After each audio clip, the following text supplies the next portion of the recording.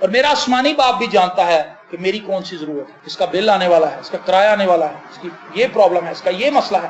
میں اس کے ساتھ چلتا رہتا ہوں، شکر گزاری کرتا رہتا ہوں. اور وہ لوگ جتنے بھی خداوند پر توکل کرتے ہیں، ٹرسٹ کرتے ہیں، خداوند ان کے ساتھ ایسا ہی بیہیویئر رکھتا ہے.